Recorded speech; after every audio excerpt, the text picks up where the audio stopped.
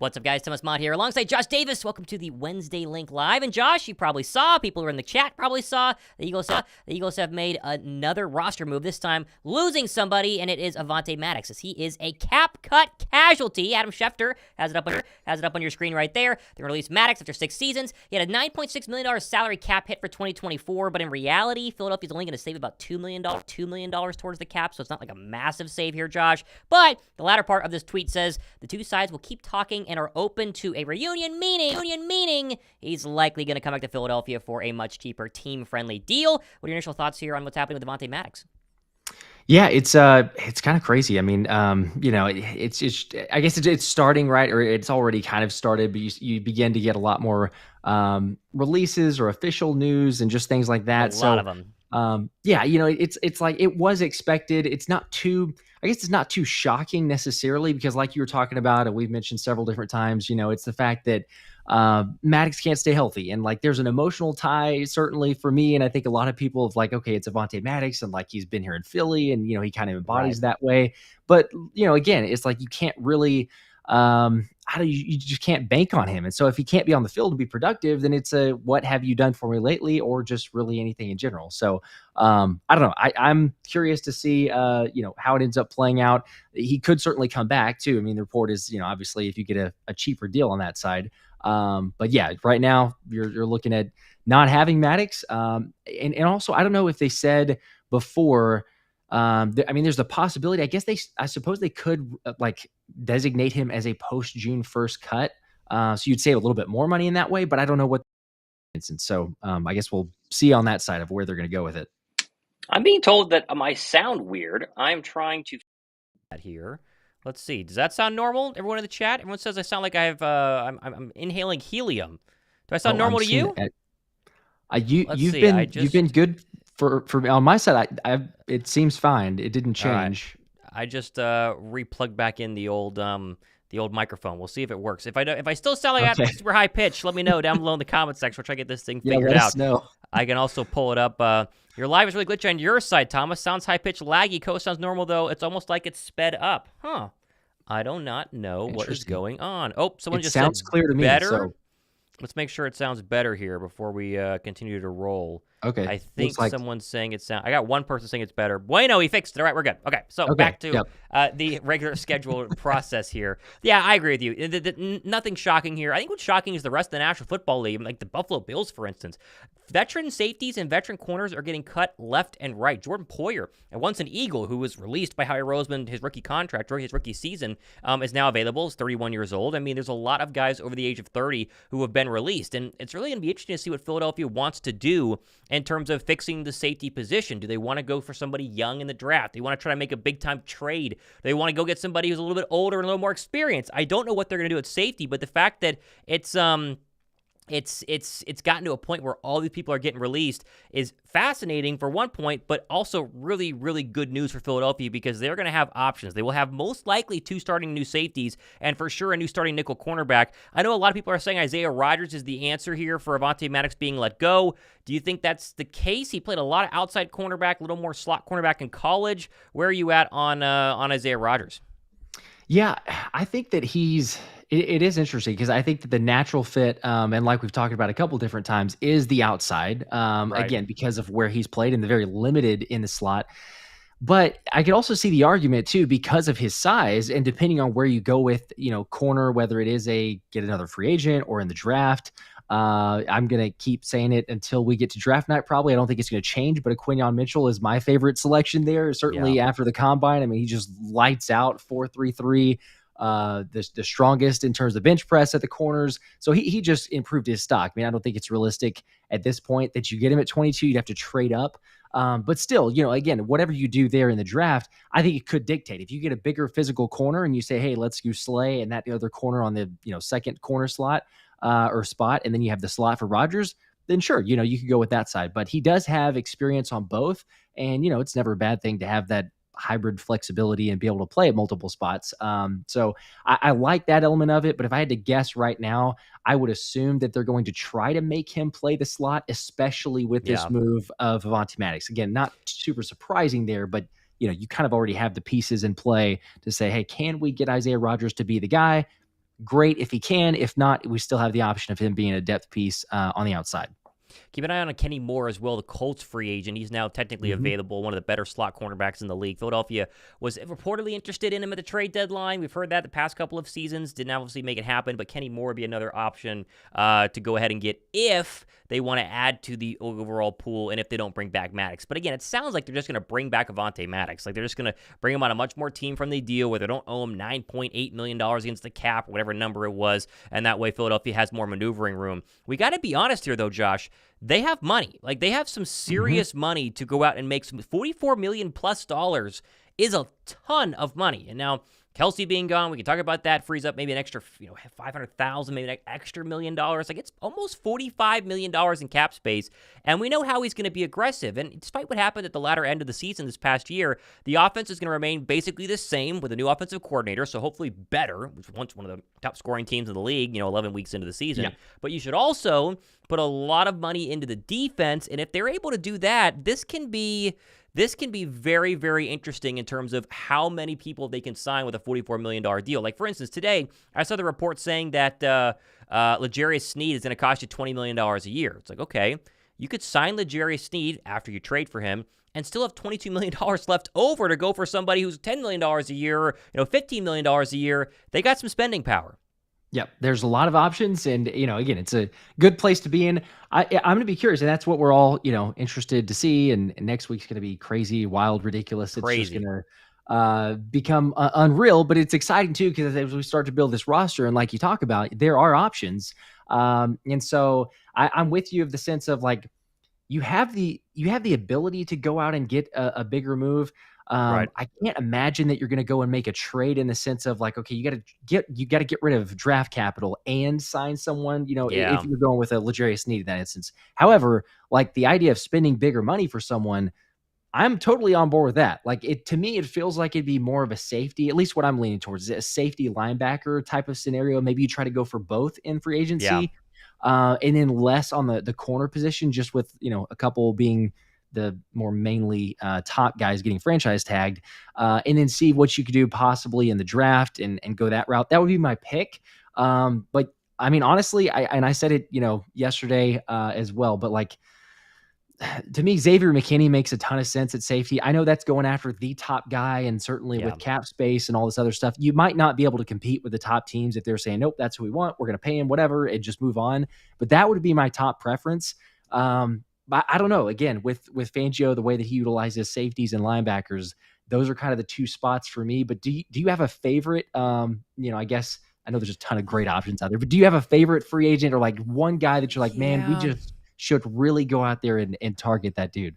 I like what Daz said. He said, get Van Ginkel, obviously a connection to Fangio. Get Wilkins, who's going to be a free agent, who's really good. Wilkins could be someone they really might be interested in. He did great in the Fangio system and would kind of be a little bit of he's not a depth signing because he's a starter caliber player, but depth to add to the defensive tackle. And then Xavier McKinney. Now, again, that's a lot of money for those three players, but I definitely think that there are some options there. I think Van Ginkel is probably the one that I would almost guarantee is going to happen. What I'm fascinated by are these reports that continue to surface, including today. I talked about it on my show, that the Eagles are interested in Saquon Barkley, and I just can't actually buy into those rumors because it doesn't make sense from a Howie Roseman perspective. Like, Howie Roseman has not spent money on a big-name running back since DeMarco Murray, and Howie Roseman wasn't really in control back then. It was more Chip Kelly. Like, that was the last time they gave somebody a 5-year, $40 million deal to DeMarco Murray. We all know how that turned out. They also signed Ryan Matthews that same year. Since then, they've gotten rid of Shady McCoy. They didn't re-sign Miles Sanders. Like, they've not invested into running backs. I'm sitting here like everyone else saying re-sign DeAndreSwift, but do you buy into any of these rumors? We've seen it twice now in the past 2 days that the Eagles have shown interest in Saquon Barkley. Yeah, I mean, I've seen it too, but I'm with you. I really can't buy into any of it. It's just like you're talking about. It's not what Howie does. And it's also, it's like there's a difference between telling me, hey, Howie's going to invest in the runner, in a running back, versus, hey, Howie's going to invest in a linebacker, right? Yeah. Like the difference is you can point to, hey, there's like not really a case in point. Howie could say, hey, it's worked out. like it worked out last season with AndreSwift, and it worked out previously with Miles Sanders, and it just worked out with insert whoever he can get, right? So I think that in his mind, it's no, we'll figure it out. We'll get the offensive line set up. We got our pieces in offense. We can get a running back, whether it's keeping Swift and, paying a little bit more than what he normally would, but not top dollar for a Saquon Barkley or Derrick Henry or something like that. Or he's still, in my mind, I'm thinking if it's Howie, I could see him legitimately going like, no, even if we lose Swift, we can get a 5th round running back, or we can make a trade on draft day and, get a kind of, mediocre back in everyone's eyes, and we'll turn him into a pretty good back and it'll be fine. So I can't buy it. Maybe it happens and it'd be crazy and wild to see Saquon Barkley or Derrick Henry or, like a top running back on this team. But I'm leaning towards more so if he's going to make a splash and a more surprising splash, that it would be on the defensive side of the ball, and namely with the linebacker position of someone that he doesn't usually invest in, because I mean, look at like what everyone's been saying and the writing's on the wall, like, oh my gosh, you gotta have a linebacker and we don't have anyone. And it's been an issue. So I could see that more so. And he did joke about in the presser too of like, getting asked, hey, does Fangio have a say on the defense or the personnel or something? He's like, oh, well, he hopes he does, but I think it's more of, and he, he alluded to it as well. It's like, hey, he's been in the league. We respect each other. Like he knows what he's doing, all these other stuff. If you get your guy, and like we've talked about too, it just seems like you would go out there and make that acquisition for a linebacker. So I could see more of the ties. It would still surprise me to get like a top tier linebacker, like a Patrick Queen, or maybe even like a Frankie Louvu. But someone of the upper echelon. But yeah, I keep seeing these reports like you too. And every time I'm like, I mean, prove it to me. Like if it happens, great. But until then, I'm going to keep just saying, nope, it's nothing. It's rumors. It's just speculation. There's no way that's going to happen. That's at least where I'm at. I feel the same way about the CJ Gardner-Johnson rumors that popped up during the combine. Now, it was from a very reputable source, like Jeremy Fowler. I think he's one of the best insiders ESPN has. I just can't see it. I don't see how Philadelphia goes back to CJ Gardner-Johnson and says, hey, remember us? Like how mad you were at us for not giving you the contract that you wanted, and then you left and signed like the same deal, but a 1-year deal for the Lions. He said some pretty rough stuff about Eagle fans, calling us effing obnoxious and the worst fans in the league. And I mean, I guess that you can simply just say like, hey, all's fine now, but I would be shocked. Everyone wants CJ Gardner-Johnson, by the way. Like my entire comment section wants CJ Gardner-Johnson back, which I remember how great he was. He did get injured with the lacerated kidney. That was definitely a problem, but he created turnovers, something Kevin Byard, for instance, didn't do all but once on Patrick Mahomes in that Chiefs win. I like the player. I don't think the player fits in Philadelphia. I just don't see him coming back to Philadelphia. I'm with you too on that. I've gotten similar comments as well, and hey, it's cool to get the idea of a safety, someone that has the production or the potential production for CJ Gardner-Johnson. But yeah, like the way that it ended up, I don't think it is just a simple, hey, I said this, didn't really mean it, whatever, just move on. Maybe it is. But, I think the writing was on the wall, too, of how much Howie valued CJ Gardner-Johnson. Now, he may have reassessed it in a sense of, okay, maybe I need a little bit more in terms of a safety.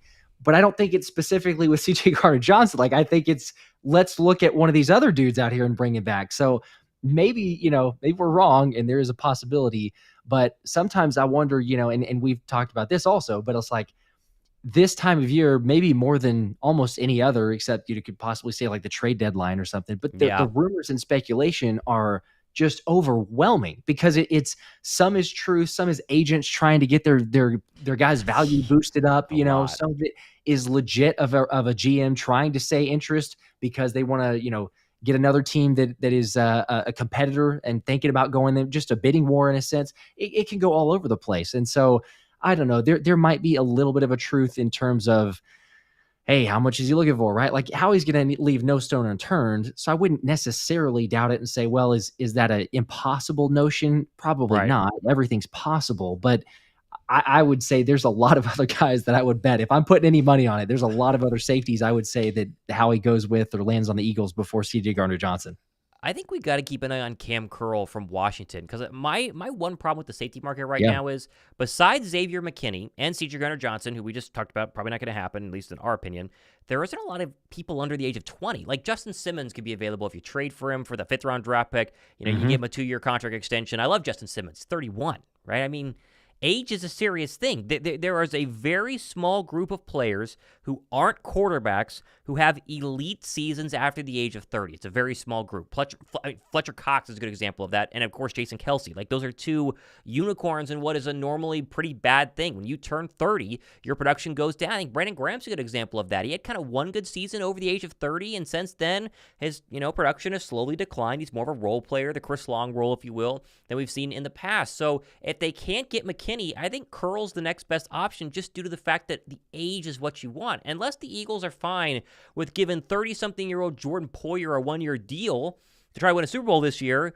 they need to get somebody on a 3 or 4 year deal who is the right age. Like, the Malcolm Jenkins signing was so good because of how much time he had left. He was towards 30, close to 30, but he kind of signed with the Eagles and then grow past 30 on however long he was here, 3, 4, 5 years, I don't remember at this point. But we need somebody here for the long run, not a 1 year CJ Gardner-Johnson and then he's gone, or a 1 year Jordan Poyer and then he's gone.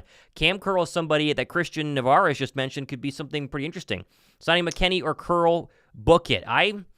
I think you're probably right. I think Curl could be a little bit more likely because, again, McKinney, like Josh said earlier, is expensive. But, again, either of them could make some sense. And I do think safety is probably, priority number one when it comes to free agency.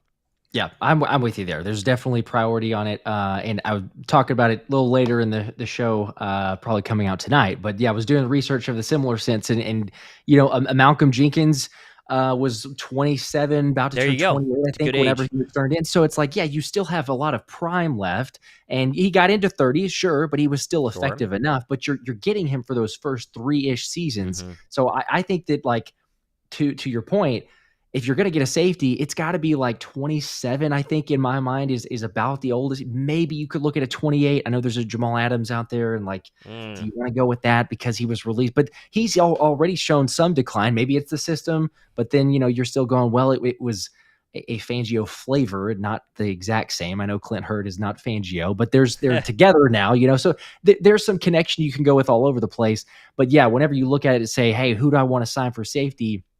The report is that Howie Roseman is looking to not only, kind of upskill those positions at safety, but to get younger and have core pieces on the roster, not these 1 year or even 2 year deals. So, I mean, to me, if I'm looking at that, I'm going, yeah, it does need to be a 27-ish old person and younger. And if you look at that list, it does kind of narrow it down quite a bit. So I think, Cam Curl could make a whole lot of sense.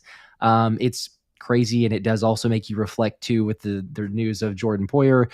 7th round selection. Cam Curl, great 7th round selection with what he's done so far. Poyer gets cut because of running back issues way back when.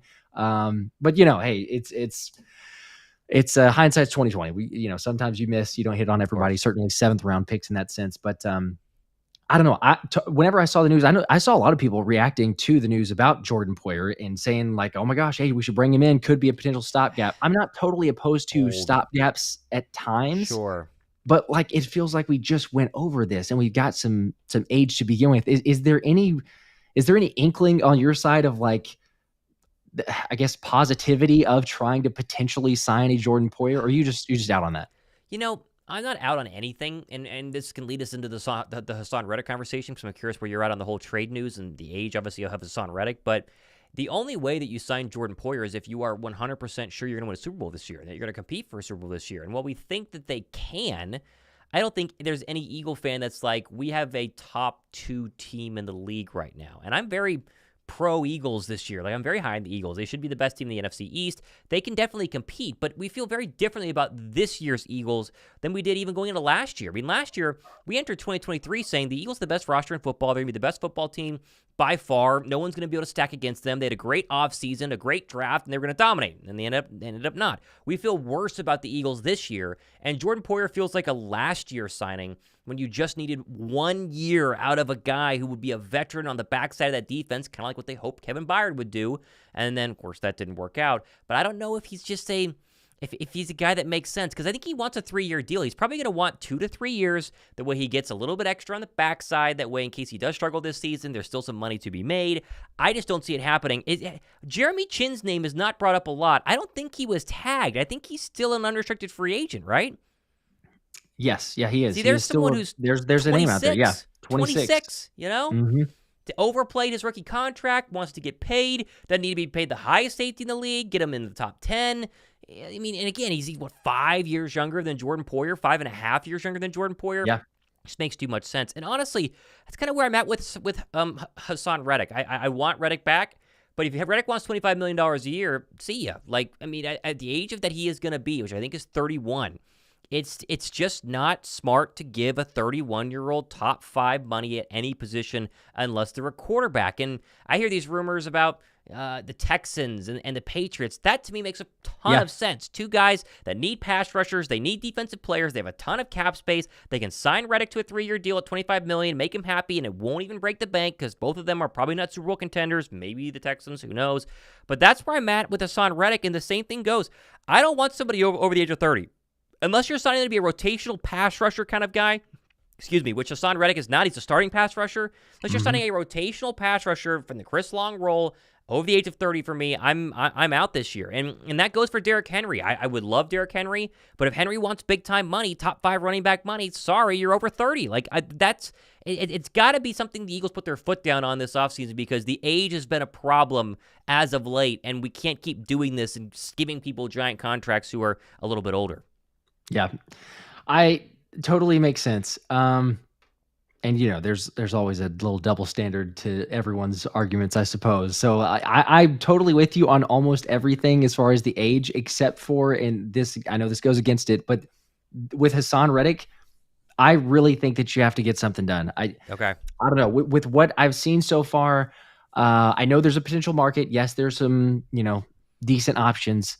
But I really don't like the idea. I'm totally, hey, get this team much younger on the defensive side for sure. Like, get a lot younger on a safety, draft a cornerback, get a linebacker in free agency, or draft a linebacker or 2. Yeah. You can get so much younger in a ton of different areas. But for me, I'm like, if you're looking at the contracts of one of these 2, and I really think it comes down to an either or. Maybe I'm wrong, but I think it's hey, do you want to have roughly for the next 3 seasons, a Haason Reddick or a Josh Sweat? I know Sweat's contract's not up, but it'll be the next one coming up after that. And you're not going to re-sign both. So it's kind of making a decision now, if you will. If you go with Haason Reddick, then you're saying, hey, Sweaty, like, that's kind of the writing on the wall, unless you just do something crazy. But even then, you're kind of already banking on Haason Reddick.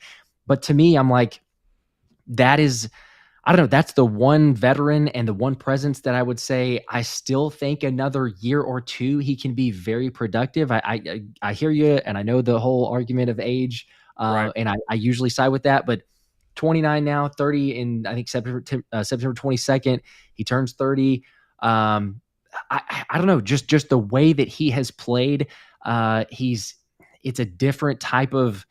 I don't know. He's just a different type of pass rusher, edge rusher, if you will. And I think that he can be still productive in a Fangio system, even if he gets up there in the 31, 32 range. So I know it's crazy. And there's a decent amount of people that are saying like, nope, let's get older. Let's move on from it. And I can't knock it. I'm not saying that's the worst idea in the world. I can totally understand that. But for me, it's like just the morale, having that veteran leadership and having the presence of someone on the defense. I think, in my mind, you got to keep Haas, and maybe you can get closer to, I know it's starting to just kind of shave small amounts in terms of the contract, but like a 22, 23 million, because it's going to come down to really the market. Honestly, I think if he goes out there and searches and says, hey, well, I can't, there's not really any team that's willing to do the 25. It's more like the 23, 22 number. And even at that sense, does a team say, yeah, we want to pay for that? Or if I can go get a pass rusher that's the same age or even younger than Haason Reddick and I don't have to give up a draft pick, then maybe I go ahead and do that. So it could end up helping us. And I think that, despite what I may want, I think realistically, it's probably going to come down to that decision of what does the market, hold for Haason Reddick. If the market pays for him, then, I don't think that Howie's going to pay up. But if it's more of there's not as many deals out there, there's not as much options, then we could possibly see something more along those lines of a 22, maybe 23 million.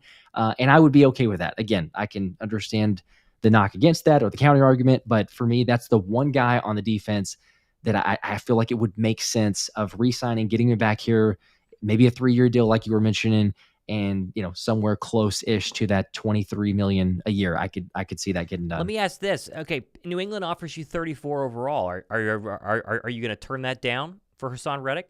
their second round draft pick? Man, that's 34 overall. 34.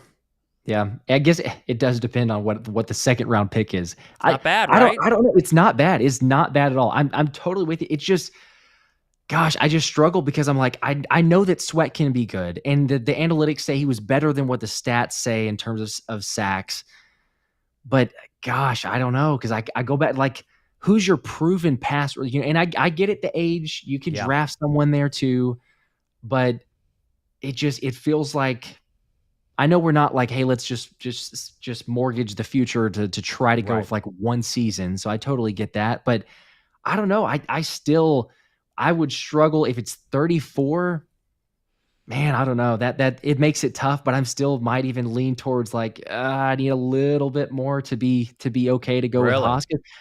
To me, again, and maybe I'm crazy here. Maybe he just falls off a cliff or he goes to a different team, but like, I'm counting in my head that for the next 2 seasons, Haas is getting 10 plus sacks. Maybe I'm crazy. Maybe he can't do that, and he does fall off a cliff much faster, getting post 30 and just can't hold up or keep up to that speed. But in my head, I'm still saying to myself, he is a 10 plus sack player for at least the next 2 seasons. And so with that case, like, you need him out there. You want him out there, and you have him in this scheme. I know you have some other depth, but that's where you've got other selections. You still have draft picks. 34 would be great. I'm not saying that, but I don't know. I still, gosh, in that hypothetical, I think I would still hang on to him. That may be crazy to some people. See, I think I would take 34 overall. I think that's valuable enough for me and to get on a rookie contract. And then if you told me right now you did 34 overall and you still signed Chase Young for $21 million, I mean, to me, that would be an upgrade because you get 2 for the price of 1 and you get someone on a rookie contract. I just think that the problem is that, and I probably agree that Reddick is going to get double-digit sacks the next 2 years. It's just not guaranteed. If he was 27, we'd be having a completely different conversation, and that's my one fear with Reddick. And I understand that someone's got to step up. Your guy Nolan Smith is a great example. If you could give me 6 sacks from Nolan Smith next year, then... Yeah. We could talk here because Nolan Smith is pennies on the dollar and Reddick's going to cost you $25 million. So it's going to be the most interesting, I think, move that Howie has to try and figure out. I'm leaning towards that he gets extended for $22 million, like you said. But if I'm Houston and I have unlimited cap space and I have a young, superstar pass rusher in Will Anderson, if I could get Hassan Reddick on that roster, I mean, it could be really, really fun. And you give up 50-something overall because they're a later second-round draft pick. I don't know. Yeah. Him and Swift are these 2 pieces. They're really the only 2 internal pieces that Philadelphia has to actually think about letting go. Everyone else is a second or third stringer aging guy on their current, free agent roster in 2024. So what they do with those 2 is going to tell us a lot about what Howie Roseman's plans are for not only 2024, but also for the future. Because, you don't sign Reddick, you may be thinking a little more long-term. You sign Reddick, you think you're a little more win-ready now. Like, if they go out and sign Reddick, and they throw money at one of these 30-plus-year-old safeties, that tells you that they think they can win now. If they don't do either of those, that tells you that they don't think that they can win right now, in my opinion. I agree. I hope that they don't do both. I think we probably both do. I really want it to be a split in between. And like I say, the only one in my mind that I've justified that's saying, hey, that's a good decision. I'm literally sitting here playing armchair GM or quarterback, or whatever you want to call it. But still, it's like, the hypothetical in it. I'm saying Hassan Reddick makes sense. Don't go do it for a safety. Like, look at the safety market. There's so many options there. The reason that I like it more so with Reddick, and we've kind of talked about this a little bit, but like, the salary cap has gone up, but that doesn't mean that there's any extra leverage in the open market because everyone's salary cap's gone up. It does mean you have extra leverage in terms of extensions because Hassan Reddick is not a free agent. He's not out there. And so that's where I'm kind of like, yeah, either a team has to be willing to significantly give up capital or a good trade that really makes you say, okay, you know what? Hey, let's go ahead and part ways with Hassan. And, as sad as it'll be and everything else, knowing Howie and that he does try to maximize deals, I think that I can already say this, that, you know what? I'll be satisfied. I'll be a little bit disappointed. Yes, for sure, to see Hassan go, but the trade that we would get back in order to make that happen, it could be justifiable where I'm like, all right, you know what? Fine. I didn't necessarily prefer it, but you got some with a good draft selections, however many it is, if it's just one or a couple, whatever. But otherwise, you figure out how to get something done and you use that extra space to have Hassan and keep him on the roster. That's what I would prefer. But yeah, you're right. I can't envision a world where they I don't know. I can't envision a world where they do the extreme of either one, whether it's signing multiple, older veterans to say, let's go win Right. now, or just to say, scrap it all. We're going to go extremely young. And this is going to be a maybe chance to win this year, but probably not because we've gotten so young. I feel like it's going to be somewhere in between. But yeah, it does certainly depend on where you go with, a couple of those selections, as well as, some other cuts too. Cause I mean, I think that we're all in this boat, but how long is James Bradberry going to last? I mean, I was going to ask you about that. Yeah. I'm curious to get your take as well. How long can he be on this roster? Because I know it doesn't help you in any way as far as the cap, but it's really the expectation of how much you're going to get from him. And is he just a body and taking up a roster spot? Do you just assume, hey, let's go ahead and get rid of it? Because you're going to have to pay for him eventually, whether you cut him now, whether you cut him next year, you try to just keep him on the roster for however long you can.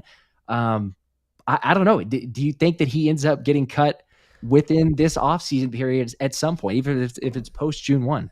I think even post June 1, I think the least that you can pay him is $10 million in terms of dead cap money. I think that's kind of the number we're looking at here. And you have $44 million. So if you want to just eat it and get rid of him for the roster spot, then eat it and get rid of him for the roster spot. But you got to have an answer, whether it's one of these first-round rookie cornerbacks. There seems to be, a couple of them that could be really interesting options for Philadelphia in kind of the early teens, especially, by the way, if you go quarterback, the first 4 picks, which a lot of people are saying for sure the first 3, most likely the first 4, because you're going to bump the Cardinals back. Someone's going to move in, whether a Denver or a Raiders or a Saints can come up to number 4 and get somebody.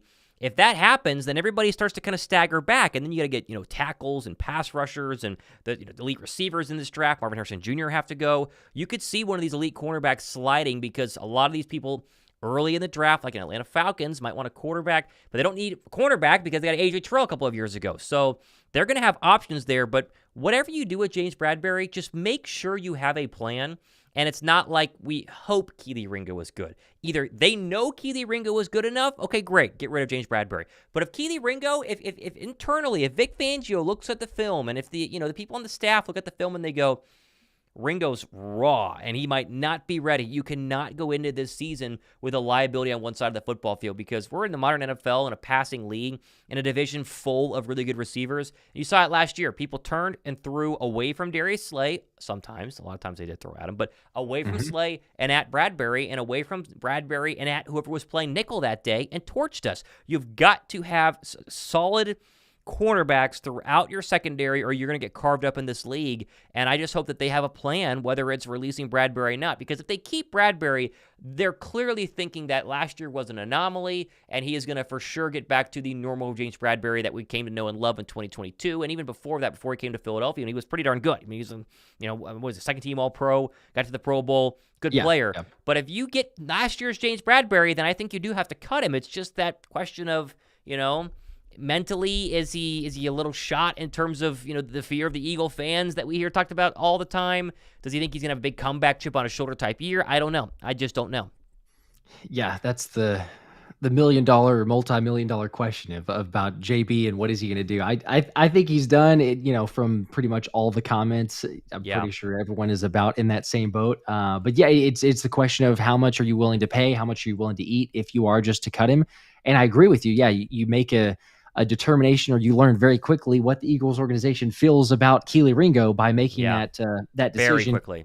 Even if you go with a corner in the draft, because again, like to your point, you don't try to, you try to be as whole as you can, I guess, after free agency, but before the draft. Like, you're not trying to go into it and be like, oh, hey, we got a couple of these, but we'll fill those holes in the draft. Like, the draft is hopefully an ideal situation where you're just taking best available. Yes, you can draft a little bit for need, but if you just say, hey, let's cut Bradberry, we don't have any faith in Kelee Ringo, we'll find our corner in the draft. Sure as the world, it doesn't happen. Like, you go through there, not a great corner, you're having to settle or just reach for someone and things like that. So yeah, I'm with you. You learn very quickly of what they feel of Kelee Ringo and Eli Ricks.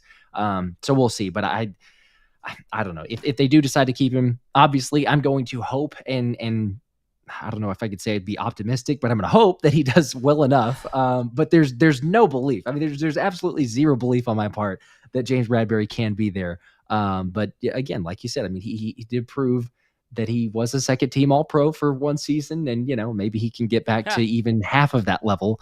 And you decide to keep him. But yeah, that's another one question mark there. You got an Isaiah Rodgers too. That's a question mark. Hopefully can return without too much rust. So there's an ability there, but yeah, we'll see. It'll be interesting. Jason Feder, $2 super chat. Appreciate that. You only give up Reddick if you get Chris Jones. I've seen Chris Jones get mentioned a couple times. I don't think Kansas City lets him out of their clutches. I mean, Chris Jones is like what prime Fletcher Cox was when he was 27. He's the best defensive tackle in the league, minus Aaron Donald, and Aaron Donald's old now, so Chris Jones is the best defensive tackle in the league.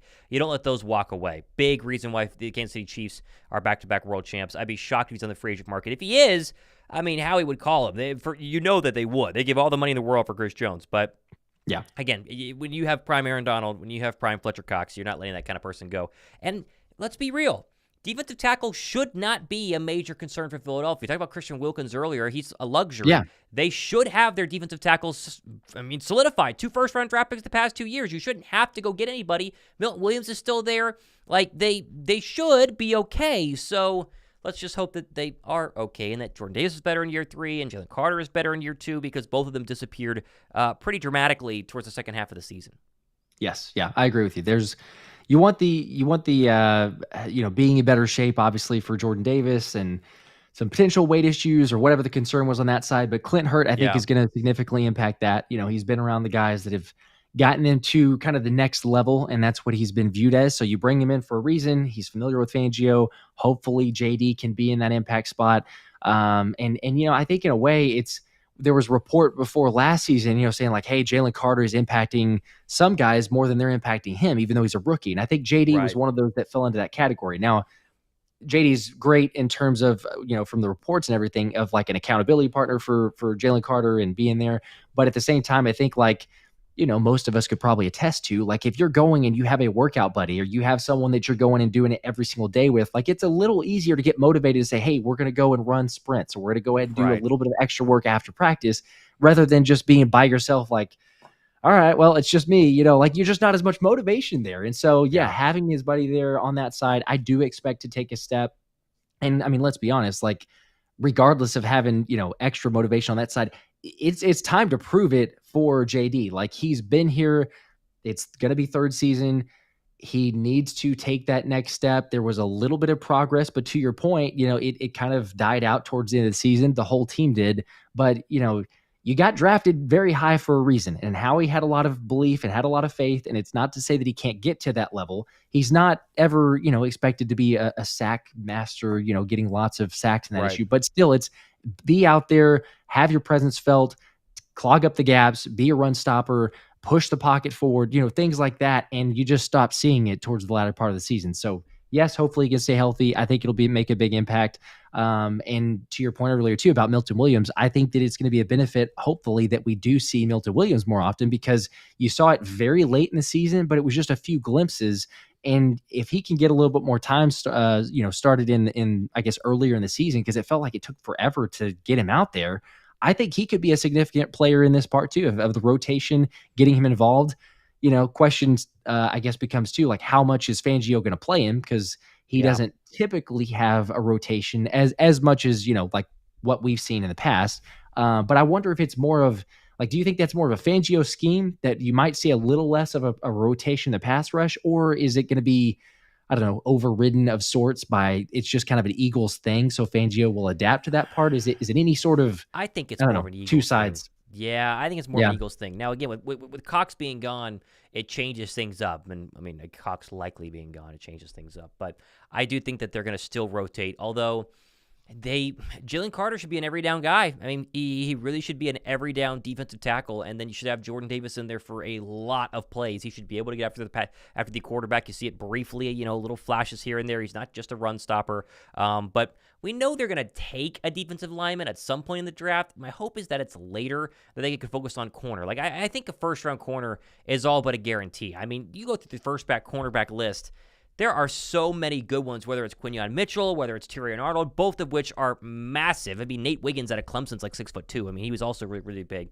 It's a big physical corner class. They have a lot of speed. They have a lot of instincts. It feels like at 22, you get your cornerback, regardless if you like Keely Ringo or James Bradberry, because Darius Slay, maybe has 1 year left, honestly. Like, at this point, Slay has been on a downward trend, and one more good year of Darius Slay is probably the best that we could hope for right now. You need to have a person in place, and if Bradberry, starts the season and then struggles, you could slide in Quinyon Mitchell, or you could slide in a Cooper DeJean, or you could slide in somebody else who you drafted to pair with Ringo, because a lot of times you need 3 cornerbacks anyway, or a lot of times you would need to run 2 and sub some people out. I just think that that's going to be where they go. My guess is draft-wise overall, they'll go corner first round, and the second round will be what they need in terms of what they don't get in free agency, whether it's a safety, or whether it's a linebacker, or whether it's, if they lose Haason Reddick, then you try really hard to go ahead and get one of these better edge rushers, whether it's a Jared Verse from Florida State if he's available, a Chop Robinson's a name who's someone that had incredible combine.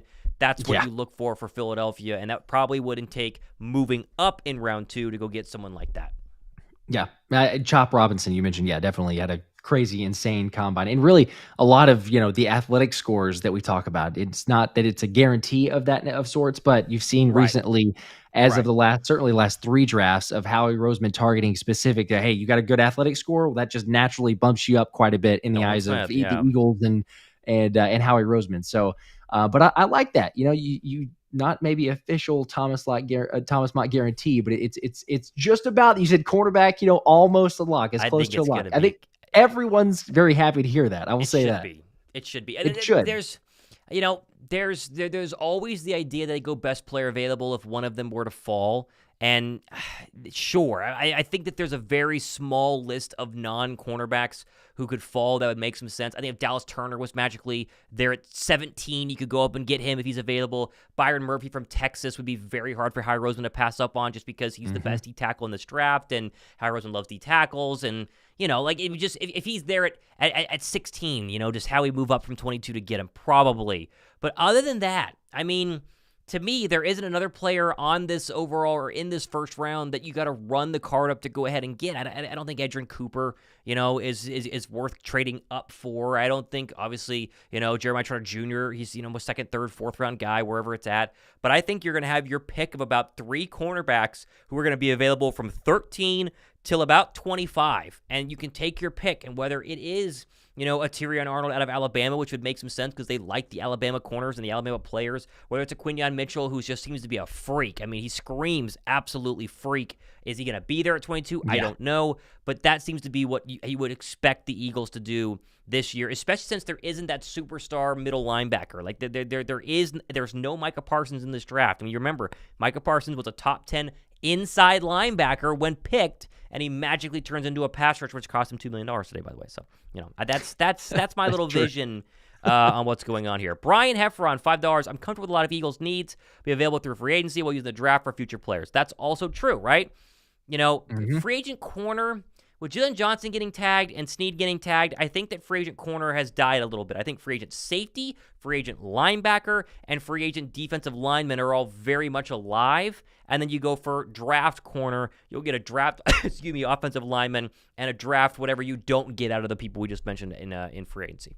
Yeah, I'm with you there. It's definitely understandable on that side. And two, just you mentioned Quinyon Mitchell a second ago as well.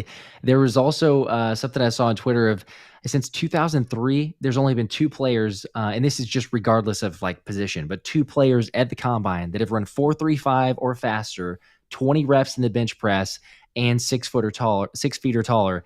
And it's Quinyon Mitchell and DK Metcalf. That's it. He's probably going top 10. He's a freak. He's a freak athletically, and unfortunately, I probably agree with that too. But again, think about this. The Eagles did not have this luxury this past season, or in the past draft. The past draft was a very, very weak quarterback draft. You saw C.J. Stroud and Bryce Young go, and that was virtually it. I mean, there wasn't a lot of movement. Also, I'm blanking. Who were the other first-round quarterbacks last year besides those 2? I can't even remember. I'm trying to think because it was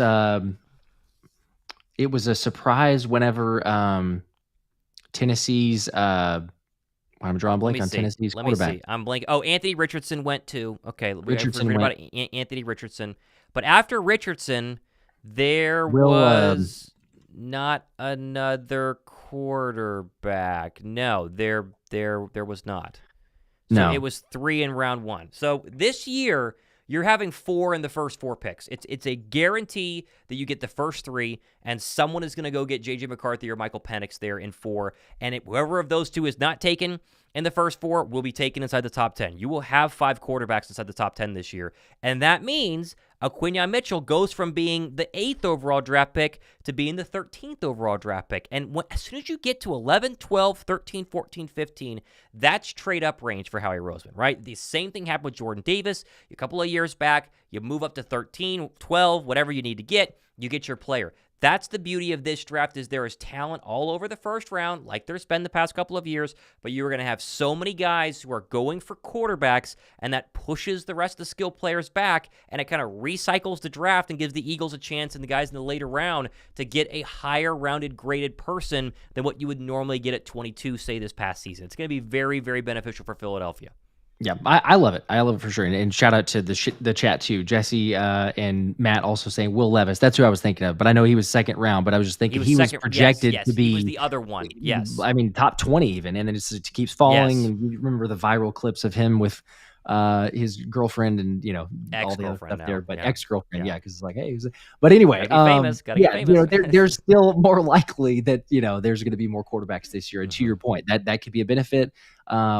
I don't know. Do you think that Howie's for sure going to trade? He loves to trade in the draft at some point. But do you think he's going to trade in the first round? Do you see it likely that he does? I think he does. Okay. Do you think it's more likely that he trades up or that he trades back? Definitely up. I think for sure up. Yeah.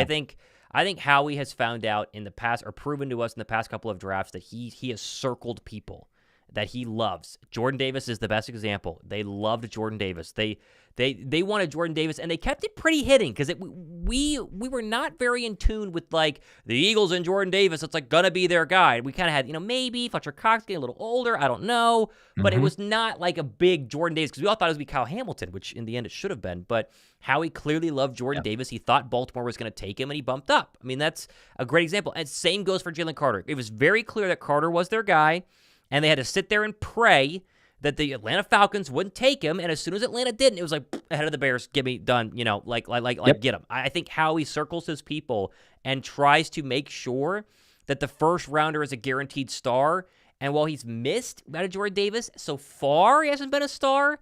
It feels like he hit with Jalen Carter. And honestly, moving up from 22 to 14 is not that expensive, right? Going from 14 to 5 is that expensive. But when you go from a teen to an early 20, it's not crazy. You're not giving up next year's first-round draft pick. You're giving up a first, maybe a third, a first, maybe a 2, package a player, whatever you got to do. So I think he for sure trades up in the first round. I think that is just what Howie does, unless someone starts to really fall. But the problem in the draft is, if someone starts to fall, other people see it too. And you could have someone at 25, boom, they're at 19, and that changes things. So it's going to be fascinating. It's fascinating that we're getting this close. Like, we have to get through the next couple of weeks of free agency, and that's going to be nuts. We'll be live, first people live as we always are when something crazy happens. But as soon as we get past free agency, you're full on draft, and it's going to get really, really wild. Yeah, and then the mock drafts will actually mean something at that point. They too. will. I've seen all the craziness, and now. I've already run mock drafts myself. But in terms of like being serious about it and saying, "Hey, this is a legit option," no one knows, because free agency, like you say, is not taking place, and we'll have a much better picture of what that's going to be. But I tend to agree with you as far as is Howie going to trade up or trade back in the sense of the draft there, especially for the reasons that you were mentioning of. With so many quarterbacks early, you could get a prospect that's maybe slipping a little bit further than what people might have expected him to go, or at least value-wise. So, if you trade up in that sense, hopefully it's a corner. I do also hope that lots of people do. It hasn't happened in forever, so that's the part too that's like, okay, is Howie going to finally take a corner in the first couple rounds? Yeah. Maybe not. But I would love to see it, certainly with the depth that we've seen, and there's several different options out there. So shout out to Iron Gamer, says hi again, Josh, listening from Montana. Appreciate you hanging out here with us. Cool. Yeah, we got some awesome, it's picking up. There's been kind of some ebbs and flows, and everybody knows that how it is in the off season, but it's going to get crazy. It's going to get wild. Monday begins the tampering period, or the legal tampering period. Yeah. Yeah. And then Monday, Wednesday, you'll have will agree to a deal that the Eagles themselves won't put on Twitter, but they will once it officially happens. Monday is going to be a busy day for us. We are going to be on our cell phones like 80 times. I'm going to be refreshing this thing nonstop. My screen time on Monday is going to be scary to watch because it's like all I'm Unhealthy going to is do. what it will All I'm going be. to do. But Yeah, my fiance's going to hate it. But it's all. I mean, what do you want? What do you want me to do? The Eagles are going to be active. They're going to. You have $44 million. Yeah. You don't get rid of Avante Maddox if you're going to have a nice, quiet free agent time. Like, oh, we're just going to, sign this one player. No, they're like, we are getting as much money as humanly possible, as many roster spots as we possibly can. Go. And Howie's going to go pretty hard. Now, let's just admit something here, Josh. Going really hard in free agency doesn't always win you a Super Bowl. Okay, so they got to be really smart. For sure. And we have had off seasons, Vince Young most famously, where you can have a Cullen Jenkins and a Jason Babin, and I'm trying to think who else was signed that season. Was that Nnamdi Asomugha? I don't know. I don't think it was. Who else was on the Dream Team that year? It was Cullen Jenkins. It was Nnamdi Asomugha. Let's see. Now I'm curious. Who else did they get? It was Nnamdi, Cullen Jenkins, Dominic Rodgers-Cromartie. Oh, yes, I remember him. Oh, yeah. Ronald Brown, Donald Lee, Steve Smith. Not that Steve Smith, of course, the other Steve Smith. Right. And I said Jason Babin. That's right. That was a big offseason, and I think Babin had one double-digit sack year, and the rest, they all stunk. They were awful. So let it be known that throwing $44 million against the wall does not always stick. So you got to be smart. No. Yes, very, very true. Got to be smart with who you sign. Unfortunately, it doesn't always work out. So I'm with you. Sometimes, we can be the knee-jerk reaction of, hey, that's a bad signing, or hey, that's a good signing. Same thing with the draft, really. But every signing is a good signing in free agency. Every signing is like, yeah, we got him. It's like, not that good. Yeah. Even with trades, in fact. So yeah, even the trade deadline of Kevin Byard and what we thought that would be, but at least there's a reason you release him and free up more cap space and everything else. So if for nothing else, maybe it turns out good in that side. I'm seeing some comments, obviously, of Zach Ertz, the Commanders too. How about that? Weird. That was weird situation. After waiting and trying to get a chip, and so he signs with Detroit and then doesn't play and immediately loses. It's like, okay, he still wants to play for a winner, and then he signs with a team that's going to draft a quarterback at 2. It's like, I don't understand it. Now, the Eagles don't need him. I've convinced we have no need for Zach Ertz. No need. But I just wish he would have signed with the Chiefs or like a team that's gonna have the Bills. But what are you gonna do? I don't know. Maybe it's true. They're just making sure they can pay for Josh Allen and have that coming back to him. But yeah, it's like. It's strange, really. Again, we've seen a lot of either Commanders go to the Eagles or Eagles to the Commanders or, Redskins or whenever it was in the history of that organization. But, it's like going back and forth of those. And so I don't know, maybe it's just the fact, which would not be too surprising because, again, it did take him forever to sign with a contender. But teams that just can't or teams that are not interested in Ertz, because he's definitely towards the tail end of his career. I don't know how much longer he's got left. And he signed for a 1-year deal. So, make your last $5 million and play for whoever's willing to pay that and then just sign with the Eagles before you retire. Because he's going to be an Eagle. He's going to retire an Eagle. He will. That's a given. But it's just, does it have to be a division rival that he goes to? That was the one part where I'm like, and really, the worst division rival. It's like, the Commanders. Such a he just wanted to be reunited with Cliff Kingsbury. So good. Yeah, because he loves him so much, I guess. Zapper guy says, what was the thinking behind resigning Alberto? Are they going to use him this year? I think it was that Alberto is one of these NFL players who underperforms, but overperforms on the eye test. He's big, he's physical, he's fast, he has good hands, blah, blah, blah, blah, blah. He runs well. Eventually he's going to be Antonio Gates, but, we've got to actually get to that point. So, Ron Rivera did just say, I saw that on Twitter, that the Commanders should draft Jaden Daniels. Ouch, Sam Howell. Yeah, that's not good for Sam Howell. Okay, let's quickly end on this. We're going to get a lot more draft talk going forward. Rake, in your mind, quarterbacks 1 through 5. And I'm talking about McCarthy, Penix, obviously, Jaden Daniels, Caleb Williams, and Drake May. How would you rank them being a non-scout / YouTuber for your living? How would you do that? Non-scout / YouTuber. Yeah, let me just, I'm very visual. Let me just pull them up real quick so I know you listed them, but I'm weird that way. I need to see them in front of me. Okay, so I know Caleb Williams is the general consensus of one. I kind of go back and forth on him or Drake May, quite honestly, which may be surprising to some people, but I'm gonna. This may be crazy. I'm gonna say. I'm gonna go with Drake May first, actually. Okay. That would be unusual. I don't think it's crazy because I think Caleb Williams has a lot more red flags than people are giving him credit for. They have crowned him the guaranteed next Patrick Mahomes. He's not the guaranteed next Patrick Mahomes. He has a lot of issues. His father seemingly being one of them and meddling very much with his whole, he's like his agent. You don't need an agent. I'll kind of represent you, and you need, ownership in a team, and you're only going to give your medical to people who can actually, draft you. There are a lot of red flags. He should go one. He's the most talented, but there are definitely red flags with Caleb Williams. Yeah, I agree. Yeah. So I would say Drake May, number one.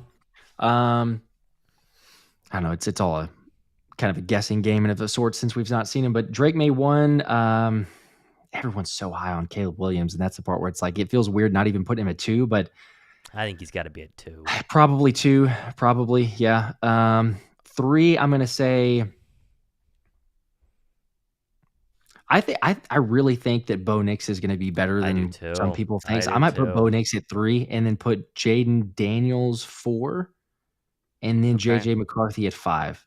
Okay. And then Penix. People are high on JJ McCarthy. See, I would put Penix ahead of JJ McCarthy. I just don't buy this whole idea that JJ McCarthy is really good and they just decided not to use him at Michigan. It's like Jim Harbaugh says he's the best quarterback in this draft class, and yet he threw like 15 times a game. It just doesn't make sense. So, yeah, it's going to be interesting. Very, very interesting. Yeah. Jesse says Caleb Williams is a bust, would not handle adversity in the NFL. He seems weak mentally. He does seem weak mentally. He definitely does. And he doesn't have that chip. Like Michael Penix and Bo Nix are going to have that chip on their shoulder, right? Because very few people put them in the top 2, top 3. Like Drake May is kind of unanimous inside the top 3, and Jaden Daniels gets a lot of love despite being like 100 pounds and built like a toothpick. Like I don't know how he survives getting tackled in the NFL, but I thought the same thing about Lamar Jackson. So, and they see Lamar Jackson and they're like, that's going to translate. He's going to be the next one. So maybe, but that's what everyone tries to do. I mean, the Giants thought that what's his name? Daniel Jones was supposed to be the next Josh Allen, and then now you're getting Caleb Williams supposed to be the next Patrick Mahomes, and now you have the next Lamar Jackson. Like, it's hard to duplicate. So I just don't see that there's a chip. There's no chip on Caleb Williams' shoulders. He's making buku bucks at USC. Living that massive $1 million apartment complex. He already has been given the world, and he's trying to do it without an agent. It's just it would be a little scary. They got to do a lot of research on Caleb Williams, and I agree with Iron Gamer that Michael Penix is very underrated. I know he has injury concerns. Yeah. Apparently, he passed all of that with flying colors at the NFL Combine. The injury concerns are definitely an issue. I think Bo Nix is a sleeper. I mentioned earlier 5 quarterbacks in the top 10, but if J.J. McCarthy is that loved, you could get to 6 because of Bo Nix, right? Nix could be taken, because there are a lot of quarterback-needy teams. Denver outside the top 10. The Raiders need a quarterback. Commanders need a quarterback. Obviously, the Patriots need a quarterback. The Falcons need a quarterback. The Bears need a quarterback. I mean, that's like 7 teams that need quarterbacks. And once you get rid of the whole, where does Russell Wilson go and where does what's his face Kirk Cousins go? I mean, 5 people for sure need quarterbacks inside the top 13. It's gonna be every year we say this is gonna be the crazy NFL draft. This might be though, out of the most recent 5 years, the craziest one because of how many quarterbacks there are, right?